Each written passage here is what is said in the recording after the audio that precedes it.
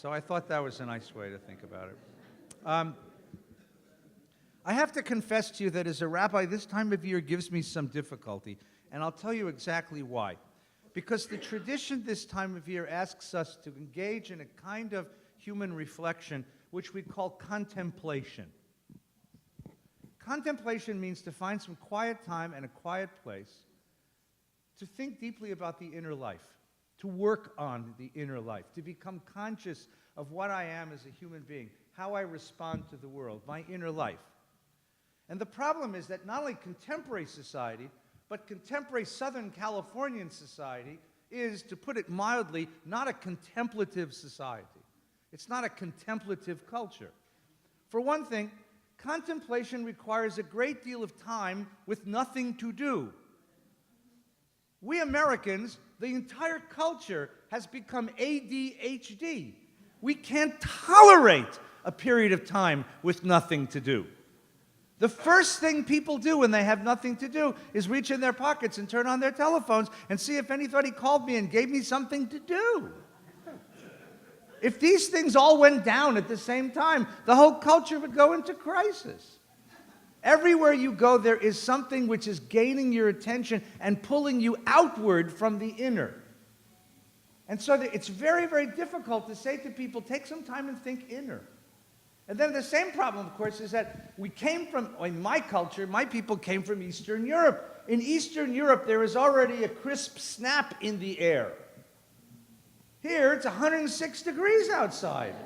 And it's very hard to sit and contemplate when you're schwitzing, you know? It's an outside culture. It's an outward culture. It's not a contemplative culture. So for a few minutes, I want you to try to pretend that we're a contemplative culture and that we can take a few minutes in the course of this month to come to answer this question, Ayekah. Where are you? How did you get to be the person you are? And what kind of person would you like to become? And what kind of life would you like to live? And where are you going? And with whom? Ayekah. Let me give you a way to think about it. There's a wonderful midrash from the 2nd century in the Talmud. When God told the angels of heaven the divine plan to create the human being, the angels were aghast. How can you create a creature so corruptible and so false and put him in a world so beautiful? And the angels, they actually split into two parties. The angels of justice said, create him because he will do justice in the world. And the angels of peace said, don't create him, he'll fill the world with contention. The angels of righteousness said, create him, he will do tzedakah, he will do good things in the world. And the angels of truth said, don't create him, he will be false to his core. The Midrash says, what did God do? God took truth and buried it in the ground, and then went about creating the human being. The Midrash imagines that there is something fundamentally incompatible between human beings and truth.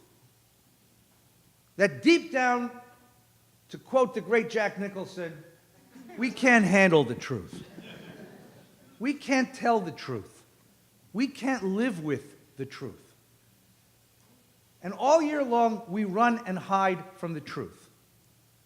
Hiding is one of the great themes of the Bible. Adam and Eve, when they become conscious, eating of the tree of knowledge, the very first thing they do is go and hide. And that occasions the question, Ayekah, where are you? Abraham hides his wife and hides the fact that he's married. Jacob runs away from his brother and hides in Haran. Moses runs away to Midian to hide. Joseph hides behind the mask so his brothers won't know who he is. Everybody in the Bible is hiding. Why? Because the Bible is acutely aware of this problem, that sometimes truth is too difficult to live with. Too difficult to live with. But if you don't live with truth, you don't live completely, you don't live fully. There's a dimension of your authenticity, of your reality, that isn't yours. So once a year, the tradition tries to unearth the truth. Now, what truth? I want to suggest 3 truths, difficult truths, truths that we don't want to know the rest of the year, that come our way during these holidays. Here's the first one. We are the people we've chosen to be. We like to think of ourselves as personalities, and we somehow think that personality comes from someplace else. It's either God-given or inborn or somehow given to us before we're even getting started in the world. But that's not the way the Jewish tradition understood personality. We do have traits. We do have tendencies. But Maimonides, for example, understood that the way human character is shaped is by habits. If you want to teach a child to be generous, you engage the child in giving tzedakah, giving charity. You give charity once. You give charity twice. You give charity 3 times. By the 4th time, it's a habit. Personality is the accumulation of our habits, which means personality is the accumulation of our choices. Of our choices. We are the people we have chosen to be. We are the accumulation of our choices.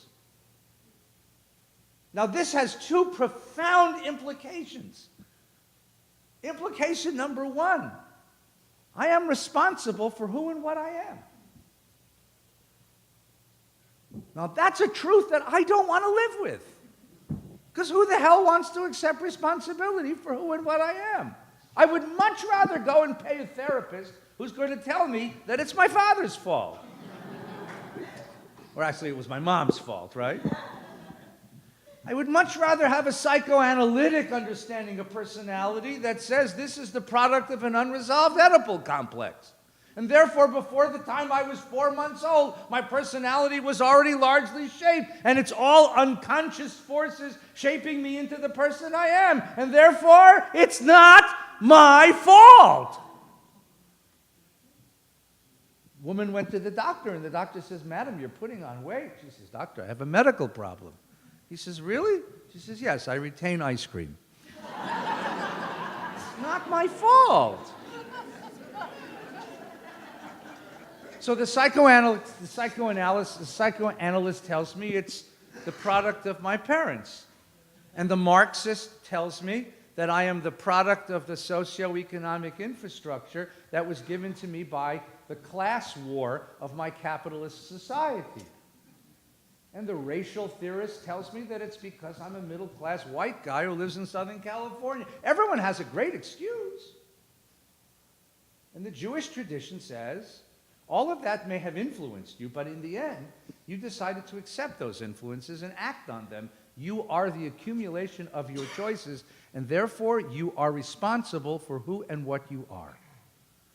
And that sense of responsibility is a really hard thing to take. Now understand, that doesn't mean that you're responsible for the conditions of your existence. I really wanted to be an NBA basketball player. It just didn't happen, right? They don't want short, fat Jewish guys. Maybe as agents, but they're not. The Lakers weren't interested in me. The conditions of my existence are given to me, but the choices I make about my own character, those are fully my own, and I am responsible for them. The greatest and most radical expression of this, of course, was the great psychologist Viktor Frankl. Viktor Frankl, you remember, was a Viennese psychologist who was taken to Auschwitz. He was put into the work side of the Auschwitz-Birkenau concentration camp. And he spent his years in Auschwitz as a slave labor to the Nazis. And while he was working for the Nazis, he was watching. And he was watching for the following question. Why was it that certain of the inmates in the concentration camp were broken by the experience?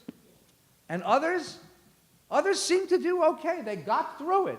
And at the end of the war, some maintained these ghosts of the concentration camp and could never escape the ghosts. And others went on with their lives and lived pretty full, wholesome lives. And Frankl arrived at a radical expression of this human freedom. I am not responsible for what happens to me. But even in a concentration camp, where all human freedom and dignity is denied me, I am still responsible for my interpretation of that event and for how I will respond. How I will respond. Primo Levi, the great novelist, tells a story about when he was a boy in a concentration camp. And one of the older inmates divided his rations and gave it to the boy. And when he asked the guy, "Why are you doing this? You're going to starve to death."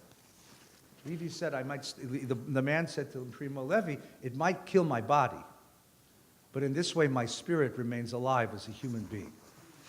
It was this man's resistance to the Nazi regime of death to keep a young boy alive in the concentration camp. You are not responsible for all the things that happen to you, but how you choose to respond, that's entirely up to you.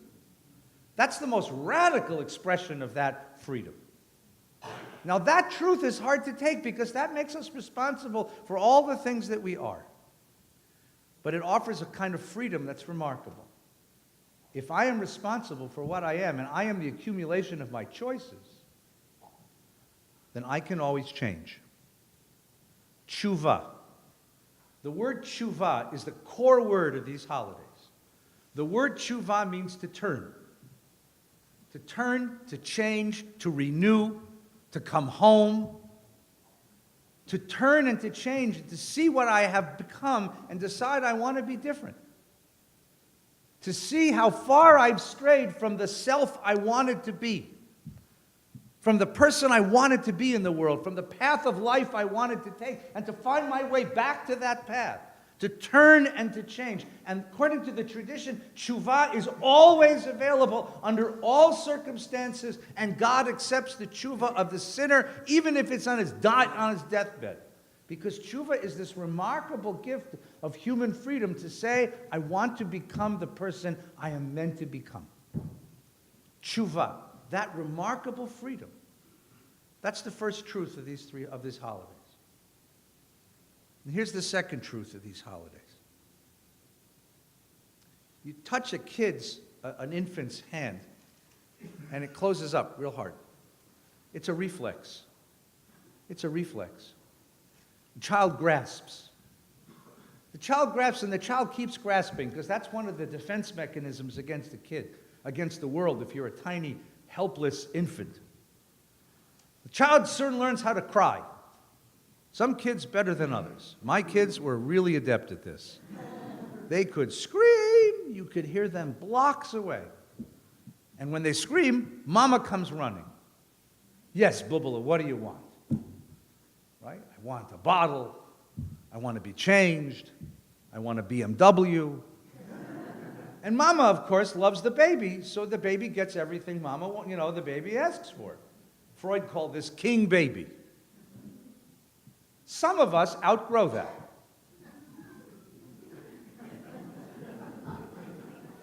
Some of us grow up and discover that as loud as we cry and get the things we want because we cry really loud, that's not the ultimate human satisfaction. But not all of us discover that. A great many people that you see walking the world look on the outside like adults, but on the inside still bear a striking resemblance to that 6-month-old in the crib, screaming, I want, I want, I want, I want. They have different kinds of temper tantrums, but they're temper tantrums nonetheless, and they expect the whole world to come running to satisfy them. You meet people like this all the time. In so many ways, our culture rewards that behavior. That's what's remarkable. The Jewish tradition asserts something very profound. When you say a bracha, Baruch atah Adonai, blessed is God, Eloheinu melech haolam, God who is master of the universe, you're saying something quite profound. God is master of the universe. I'm not. I'm not the center of the universe. I'm not the center of the universe. And what that means to say is that I have made a discovery in my life. That the more I reach beyond the boundaries of self, the more satisfying my life becomes. it would seem to be that life is all about acquiring and grasping and holding and getting all of the things that I desire. But I have made a discovery in my life that there's something much more satisfying than gaining and grasping and holding all the things that I desire. It's giving it away. It's giving it away. And that when I move beyond the boundaries of self and include the other, to include my lover, my intimate friend, to include my family, to include my friends, to include a community, to include the world in the circle of my selfhood, I become a bigger, better self. And my life takes on dimensions of meaning and dignity and significance that I didn't know it possibly could have. It's paradoxical. It's only in performing a selfless act that I discover the true meaning of being a self. It's only in giving that I discover the true meaning of getting. It's only in sacrifice that I discover the true meaning of being. It's only in giving myself up, surrendering myself to a cause bigger than me, more glorious than me, that I discover how bigger and glorious I can be. There's a beautiful midrash, which you've heard me quote many times at funeral services in Shiva, and I even wrote it in the little Yizkor book, in the little Shiva book that we use. There's a wonderful Jewish tradition that when a person dies in this world, their soul goes to heaven, and they're met at the gate by an angel. The Jewish Saint Peter, as it were. And the angel says, "What did you do in the world? What did you do in the world?" And the Midrash says, if the soul says, "I was a lawyer," they say, "You go to hell." No, if the soul says, "I was a lawyer, I was a doctor, I was a businessman, I was a professor, I was an artist," I'm not interested. What did you do in the world? Midrash says, if the soul says, "I fed the hungry," they say to the soul, "Zahashar ladonai tzadikim yavovu." This is God's gate. You who fed the hungry, come on in.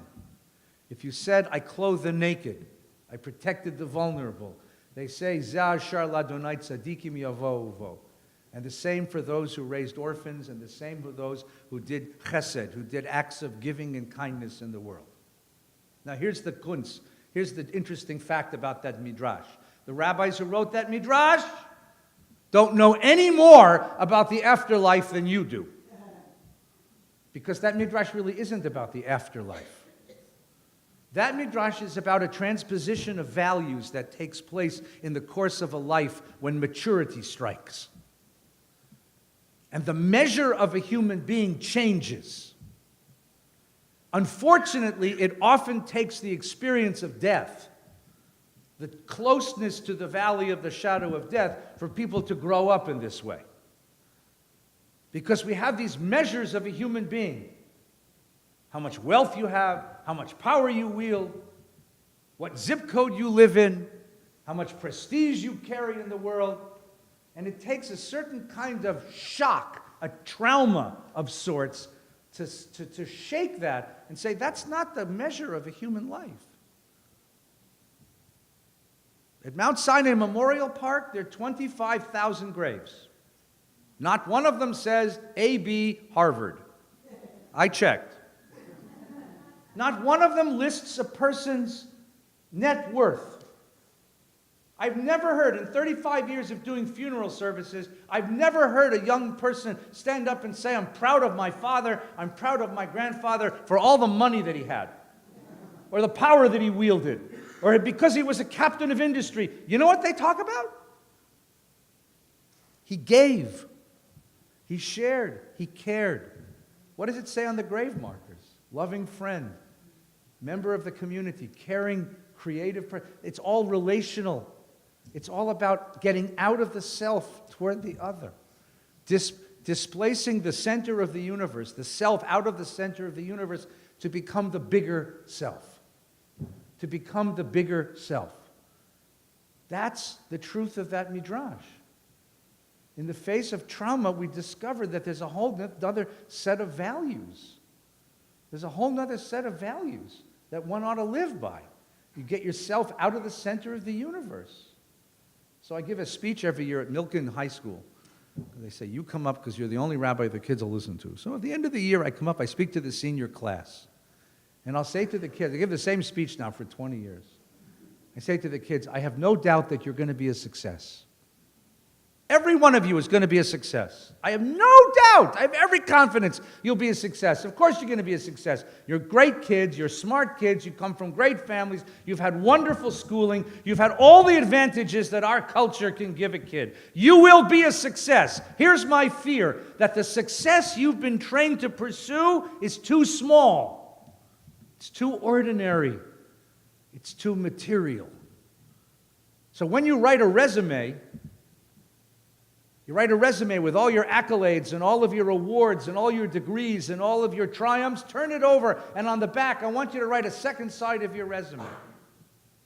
I want you to put on that resume some of the stuff we put on the wall over here. Do you have a friend? Is there somebody in the world you could call at 3 o'clock in the morning and say, I need you? And that person, no questions asked, will say, I'll be right there. Or somebody who will call you and say, I need you, and you'd come running at 3 o'clock. If you do, you're a success in life. I don't care how much money you have. Is there a cause that you've given yourself to, that you truly believe in, that you've sacrificed your time and your energy and your resources and yourself for, because fighting for that cause means that much to you? Then you're a success. Have you created beauty in the world? Have you touched lives in the world? It's a whole different measure of what it means to be a human being, and it all has to do with displacing the self from the center of the universe. In the Talmudic tradition, we have that remarkable statement by Hillel, which seems so paradoxical.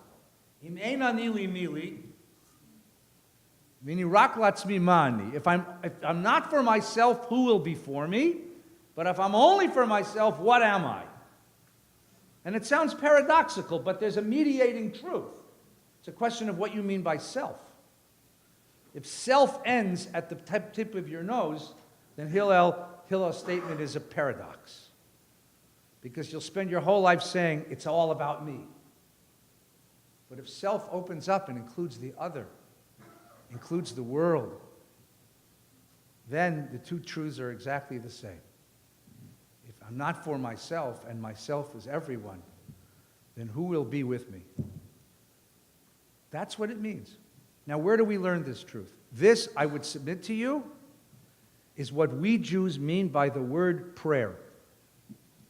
Tefillah, prayer, is an exercise in learning to displace the self from the center of the universe. It's the reason why the tradition wanted you to do it so many times.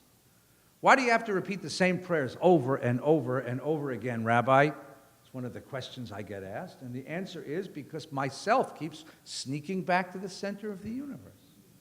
And I have to be reminded all the time to get it out of the way. So I taught the kids in my minyan here. I teach the little kids. So according to the tradition, you're supposed to say 100 brachot a day. So I said, can you say thank you 100 times a day? And one of the kids said, Rabbi, how could you possibly say thank you 100 times a day? And there was this little boy asked that, and a little girl sitting right behind him, like whacks him on the head with her prayer book and says, how many times do you say, I want? I bet it's more than 100. And I said, okay, so let's try this. Every time you want to say, I want, stop yourself, and before you say, I want, say thank you. I want, thank you for what I have. I want, thank you. Displacing the self from the center of the universe is what we call tefillah. And that's the second great truth of these holidays. And here's the last one. This is the hardest one. The last one is we don't have an infinite number of tomorrows. A guy I know, a kid I went to Hebrew school died this week. A kid I went to Hebrew school with died this week. I'm old enough now that I see friends of mine in the obituary pages. Thank God not often, but often enough. Right? It changes you, you know? It changes the way you look at the world. When the person who died isn't 40 years older than you. When you're not 40 years away from mortality, but mortality comes that close. Changes the way that you look at the universe. But it's one of the great facts, and in fact, it's the fact that you could make the case that it's the principal fact of the whole business. There's a philosopher named Ernest Becker who argued that it's the denial of death that motivates all of human culture. I would go the different way. It's the awareness of death that motivates human culture. Because in the face of my mortality, I understand that it's my job to invest myself in that which is immortal, to make good choices, to make the right choices, to invest myself in those things which last even beyond me, which matter even beyond me, and to make life choices which are poignant. We're going to do a very strange thing on Yom Kippur. First of all, we're going to fast, which for Jews is, difficult. We're going to rehearse death. We Jews, we don't talk about death an awful lot. You go to church, they're talking about death all the time. Hell, you go to a Catholic church, there's a guy hanging right in front of you, I mean, you can't get away from it. But you come to shul, we just don't talk about this very often. You get to the Kaddish, but the Kaddish is the second to the last prayer. You know that as soon as Kaddish is over, there's announcements of Don Olam and cookies. So how bad can it be? But once a year, death takes center stage. And what we do on Yom Kippur is quite remarkable. We rehearse for death. Now, if you did this more than once a year, it would be morbid. But once a year, I think it's an interesting psychological exercise. First of all, we're going to fast, which for Jews is like dying, right? This is why they spend the whole day talking about food. I listen from the pulpit. I know what goes on, right? You'll bring the bagels, bring the good bagels, not the bad bagels, bring the whitefish. Don't get the whitefish from there, get it from Brent's. I know it's far away, but it's worth it, right? And not the salty lox, but the other lox, the lox I like, Spend the extra $4 a pound. Like, that's what we spend Yom Kippur doing, right? But the truth is, for one day a year, you deny the fact that you're a body. You deny your body nourishment, you deny your body refreshment, you deny your body comfort, you don't dress up. You know what you're supposed to wear on Yom Kippur? Not Armani, yes. You're supposed to wear a kittel. You know what a kittel is? Yeah, no, just put this in your head for a second. A kittel is a death shroud, a burial shroud. In other words, you buy it now, you get it sized properly, right? And you keep it in the back of the closet, and once a year you take it out and put it on. And you wear it all day long. That's why you're not supposed to wear shoes, because you don't bury people with shoes. You bury them without. You're supposed to walk around in what we're going to bury you in. Now it's strange. Why are you doing this? Because of all the truths that are difficult for us to accept, this is the hardest. But it's also the most important one. The psalmist wrote, "Teach us to number our days so we get a heart of wisdom." It would be a scary thing to know how many days you had left. I think part of human life is to have that uncertainty. But to be reminded once a year that whatever number it is a finite number, is a very important truth. Because if we don't remember that truth, we waste time, we waste love, we waste talent, we waste each other. And one of the most remarkable documents created by our culture, about a year or two after 9/11, they released the transcripts of some of the phone calls that people made from the upper floors. It was it was hard to listen to them. There were these folks stuck on the upper floors above where the airplanes hit. at Cantor Fitzgerald and those upper floors of the tower, and they knew they weren't getting out. And they had phones, so they called. And who did they call? And what did they say?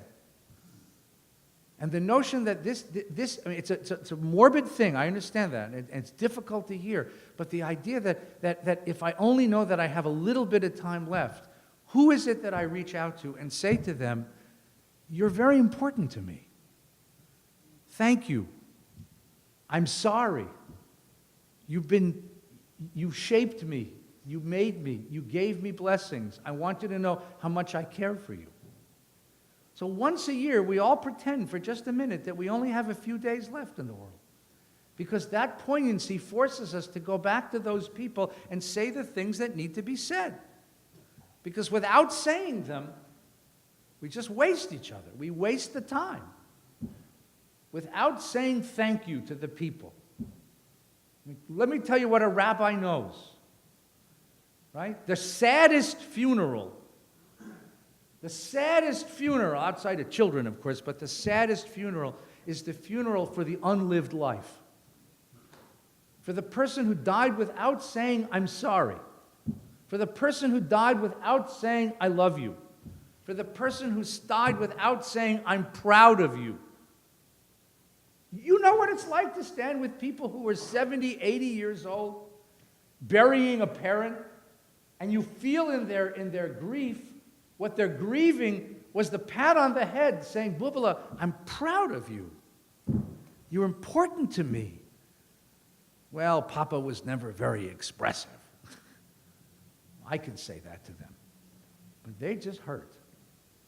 So once a year, you rehearse death so that we don't forget to say the things that need to be said now before it's too late. So we don't forget to connect with each other now before it's too late. So we don't forget to apologize and to reconcile with each other now before it's too late. So we don't forget to offer the gestures and the words and the caring that needs to be offered now before it's too late. Once a year, you have to be reminded of this. I told you this story many times, but I love telling it because I was at Mount Sinai the other day, and I went there. All my aunts are buried on the same row in Mount Sinai. And if you go there and you stand there, you can hear them arguing with each other. Right? There were 4 sisters and 2 brothers, and they hated each other. The two brothers became Orthodox rabbis, right? Right? But their wives and my aunts, they're all one was a socialist, one Bubby was a Zionist, right? One was a capitalist, owned Beverly Hills, right? And one was a flapper and a socialite, and they hated each other. Absolutely hated each other. My mother, this is my dad's side of the family, is a mom who was perverse, used to invite them all to the Seder and seat them next to each other. And I'd say, Mama, why do you do this? You know that. And Rosie and Aunt Sonia, they're going to kill each other. I say, yes, isn't it great? It's right, just wonderful. Just, right? And then all of a sudden, out of nowhere, Aunt Rosie died. It wasn't so unexpected. Aunt Rosie personally kept the Reynolds Tobacco Company in business, right? If you stand on her grave, it still smells like cigarette smoke. It's unbelievable. She may be 12 feet down, but whoo! Right? She died. And I remember, they all gathered around the grave and they were weeping. And I said to my Bubby, like, why are you weeping? You hated Aunt Rosie. And my Bubby was very weird. She said, yeah, that's why I'm weeping. For all the years wasted. And one by one, they all died. One by one, they all died. And each one, it was sadder and sadder because what they were mourning were the years wasted. Right? And what was it they were angry about each other? If you ever asked them, it was funny. And Sarah, why are you angry at Aunt Rosie? She said, don't ever say that woman's name in my presence. Translation, I forgot. 30, 40 years ago, money was borrowed, God knows. A word was said, someone came to something they shouldn't have come to or didn't come to what they should have come to. And they forgot, but I know that I'm angry, right? That I know. What are you waiting for? So that once a year, you put on the death shroud and remind yourself of the deepest, most painful truth of being a human being. that if you don't invest in eternity, life will soon be over and you won't have a second chance. That this is the chance to live, and this is the chance to live well, and this is the chance to live deeply, and this is the chance to become. And if you don't invest your life in that which is important, the relationships that matter, the causes that matter, the communities that matter, the circumstances to make real the visions that we carry into life, you're not going to get the chance. You're not going to get the chance. I'm going to suggest to you that this is what the tradition means by tzedakah. It's not just a matter of doing tzedakah, giving a little money to charity. It's a matter of investing yourself in that which is of eternal significance, of living a life of eternal significance. These are the truths, I think, that the holidays come to remind us. Now, they're really hard to hear. They're painful truths. They're difficult truths. But this is what the tradition means by tshuva and tefillah and tzedakah.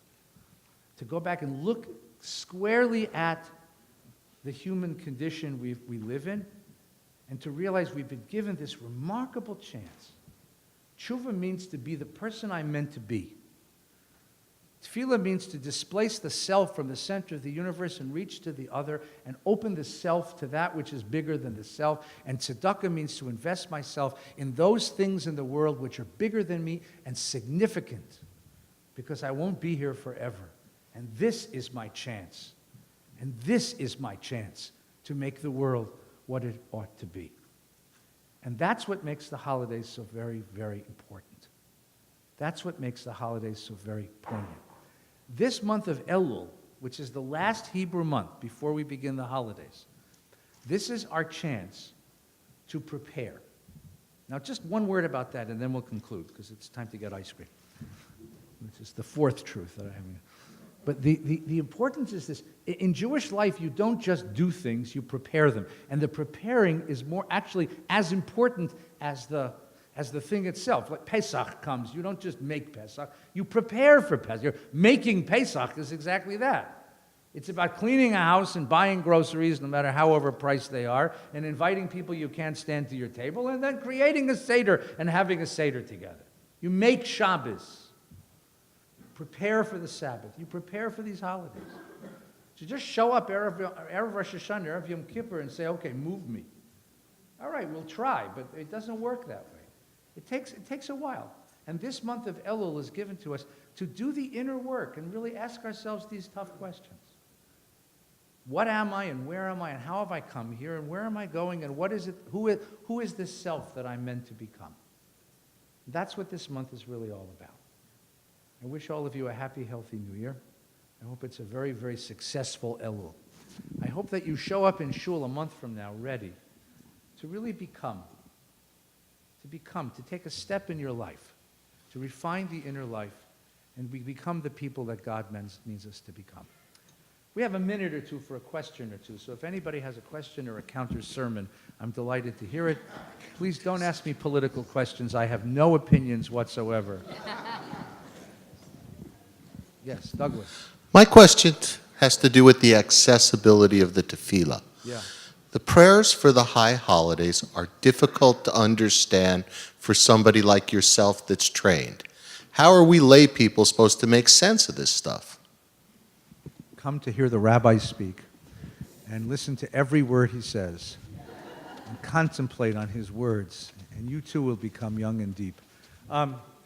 Look. How do I put this? I think we've taught this before. I go to visit an art museum. I'm not a student of art. I'm an aretz I'm an idiot when it comes to art. But I go to an art museum because I'm interested. I want to see, right? I see a piece of art on the wall, and it just doesn't. It's hard. It doesn't. It's beyond me. Right? But I have enough respect for the circumstance before I make a judgment and say, this is childish crap, which it might be, by the way, but to find somebody who might know more about that artist than I do, and to see if they could help explain to me what the artist is trying to say, and how the artist is trying to say it. Okay? I'm going to ask you to do the same thing with the prayer service. The prayer service is the accumulation of Jewish expressions over the last 3,000 years. It's the greatest hits of the Jewish people. If you want to use the art metaphor, it's our Louvre. It's our Louvre. We accumulated these wonderful expressions of piety, of spirituality, of reflection on life, and we collected them in a book. We couldn't do plastic arts. Jews couldn't do plastic arts for two big reasons. One, the second commandment said, make no images, and we took that literally. And number two, we had to be a portable people because we were running from land to land, right? You imagine if Michelangelo was Jewish, what it was like schlepping David from town to town, you know? So we had to create a portable art form, and poetry is the world's most portable art form. So we created poetry. All of the aesthetic genius of the Jewish people, instead of creating Madonnas and childs on church walls, went into the prayer book. Right? For every church in Rome that has a gorgeous Madonna and child, I can show you a poem in the prayer book. But just like the Madonnas and childs on the walls of Roman churches, these are painted, this poetry is created in an idiom, in a manner which is foreign to us. It comes from a different time, in a different place, in a different language. And it's not even that it's the Hebrew that's a problem, because even if you know Hebrew, it's a different language. It comes from a worldview. Now, what you have to do is try to deconstruct it, kind of understand it. What is the worldview of this poem, of this prayer? And to try to spend some time getting into it. During the course of the service, I try to do a lot of explaining. One of my great heroes was Leonard Bernstein. Remember Leonard Bernstein? Conductor of the New York. When I was a little kid, on Saturday afternoons on CBS, Leonard Bernstein did children's concerts. That's how I learned music. Mama sat us down in front of the television set, and Lenny came into our house and taught me the William Tell Overture, and Peter and the Wolf, and Beethoven's Ninth. That's how I learned it. So I try to teach you prayer the same way. Not childish. I'm sorry if I didn't mean that. But the idea of trying to take you through a piece of prayer so that you understand the profundity of it, because it's written in an idiom. It was created in an idiom that's not yours. Okay? That's one of the things that you can do. The second thing that you can do, right, is close the book. You're allowed to do that, by the way. Close the book. Who says you have to pray their prayers? You're a Jew. You're an intelligent Jew. You're a reflective, intelligent Jew. You have an inner life. You know what your world is like. Close your eyes and contemplate. Think about life. Think about where you are. Spend the time in shul contemplating. Stand up, sit down if you need to. Contemplate and do it that way. That's a second way to do it. And use the time in that way to contemplate. You have very little time in American culture where you're not called upon to do very much. I ask you to turn off your cell phone when you come to shul so that no one can bother you and you don't have to bother checking it. And you spend an hour and a half, 2 hours thinking about where the heck I am in my life. When do you ever get a chance to do that? And try that. That's not a bad exercise too, by the way. Right? That plus feel the energy of the community around you, and sometimes that can be a very, very, very effective and pleasant prayer experience. That's the second way to do it. And the third thing that you can do is simply take some time and learn it. I think we recommended one of the books. So one of the books is a book by a rabbi named Alan Lew, L-E-W, called This Is Real and You Are Totally Unprepared. I think it's a great title. Alan Lew was a rabbi of Temple Beth Shalom in San Francisco. And before he was the rabbi of Temple Beth Shalom in San Francisco, he was the head of the San Francisco Zen Center. Alan Lew was a Buddhist monk. He was a California kid who went on a journey, became a Buddhist monk, got very into Buddhist Buddhism, was deep in meditation. When he reached a point in one of his deep, deep, deep meditations, when he heard a voice saying, "Alan, you're a Jew." So he went to his Roshi. Roshi means Rebbe in Zen. And he says, "What do I do?" And the Roshi says, "Go become a rabbi." True, this is what happened. And he became a rabbi. And he's a very reflective guy. He passed away a couple years ago, unfortunately, very untimely. Very deep guy. So his book is called This Is Real and You're Totally Unprepared. And it's a beautiful introduction to the high holidays. And that's a third way to get ready for this experience. Does that help a little bit? Okay. Yes, please. There's no question but I'll work very hard to accomplish this soul searching.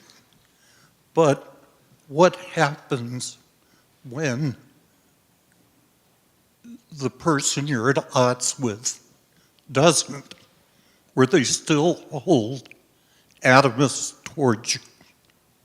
Yeah, that's a very painful question, right? So the question is, there's someone you wish to reconcile with, and you go to them and you try to reconcile, you apologize, you try to make that whole, and they won't let go.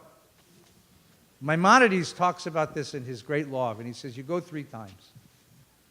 And after the 3rd time, if you really have gone with sincerity, then you're released from your obligation, which means 2 things.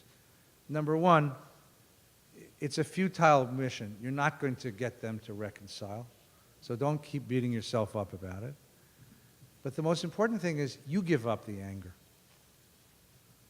Right? You give up the anger. Anger is a very interesting phenomenon. It's a drug. You ever gotten angry at somebody? It's a drug. It's an absolute... what happens is you rehearse over and over and over in your head how much that person disrespected you, neglected you, put you down, put you aside, didn't pay attention, and why that son of a gun on it. And you go and you start rehearsing it, and each time the story goes around in your head, there's this rush of adrenaline. It's a drug. It's a drug. It replaces real life. It's a narcotic. Because instead of getting satisfaction from love, you're getting satisfaction from hate. So you give it up, because it's a very dangerous drug. It's a very dangerous drug. I'm not angry anymore. I tried. I really wanted to be whole with you. But I'm not going to carry this anger anymore, because it's simply not good for me.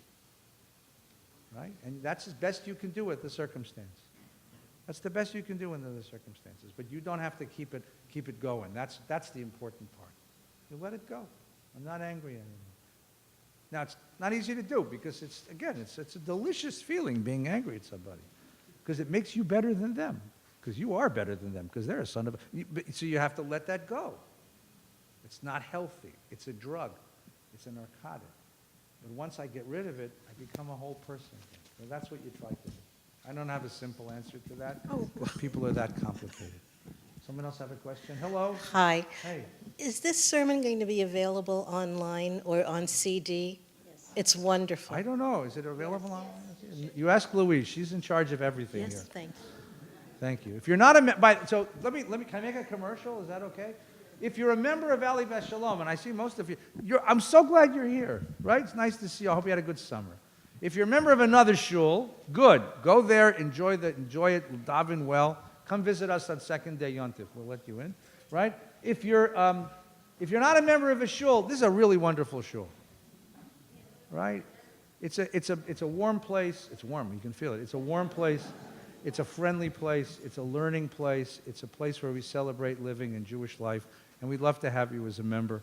We'll take whatever you got, right? Whatever you can afford, we'll take, and we'd love to have you as part of our community. Someone else have a question, then we're going to call it a night, because it's ice cream time. Who has the mic? Last question? Anyone have a last question? Last question? I'll give you one more story, then we're going to conclude. So my wife and I made my wife a deal. I got a teaching fellowship in Jerusalem some years ago at the Hartman Institute, and I said to Nina, I want to go to the Hartman Institute in Jerusalem. And she had other ideas, so I made her a deal. On the way home, we'll stop anywhere you want to go. So we've been traveling every year. It's been a machaya. It's been wonderful. One year, we decided to do northern Spain and Portugal. Anyone ever been? Northern Spain. So we started in Barcelona and went across to Bilbao, where the museum is, and across. And the way you do it, the way we travel is we rent a car if it's safe, and then I go online. You make a map. You know where you're going to stop, and I went online and we bought hotels in all these different places online, and hotels.com or Expedia, right? So we were going to spend Shabbat in a beautiful, tiny little coastal town called Santiago de Compostela. A tiny little coastal town called Santiago de Compostela, which has a famous cathedral, and it looked like such a charming little place to spend Shabbos. So I go online. I've gotten every other hotel in all of Spain and Portugal, I can't get a hotel in Santiago de Compostela. The websites keep coming up telling me all the hotels are booked. I said, what do you mean all the hotels are booked? So I got the map, and I looked at like villages within 100 miles, and nothing within 100 miles of Santiago de Compostela. I couldn't get a hotel room for a Friday and a Saturday night.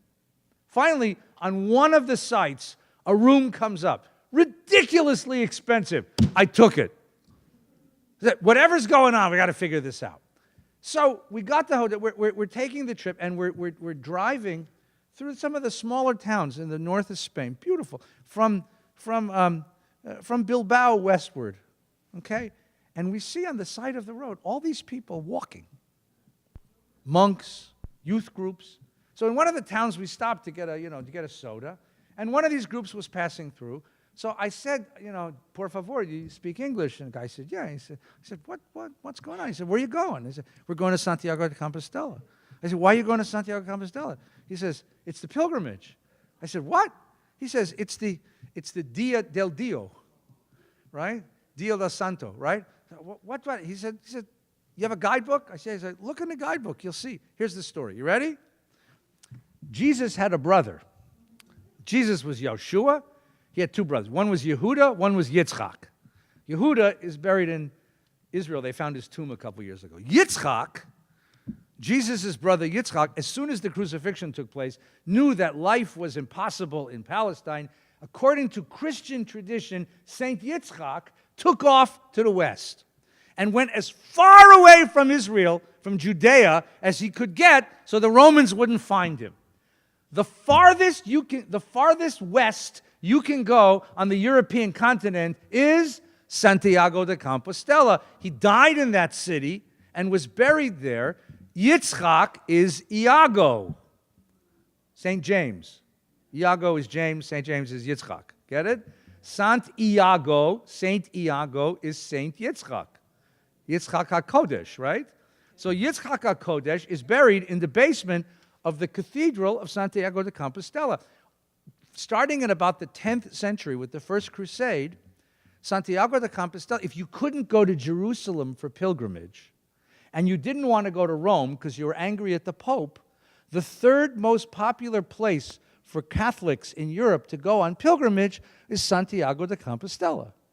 So they make pilgrimage every year to Santiago de Compostela, except every 11th year, they make a huge pilgrimage. It's Taka Yontif, right?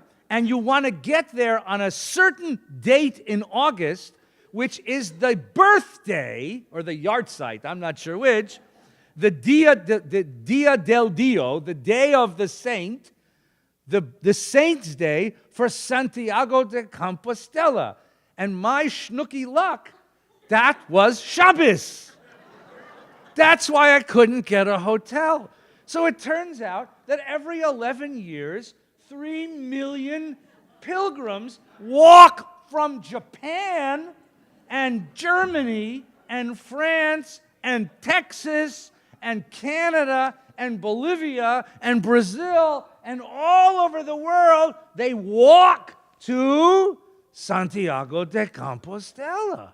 And we were arriving, quite by accident, on the Dia del Deo, the day of the saint. That was the day we were getting there. And as we're driving into town, huge groups of tourists, of pilgrims. And if you look on the ground, they have these little markers on the ground. Now, what they did is, all over Spain, they mark pilgrimage routes.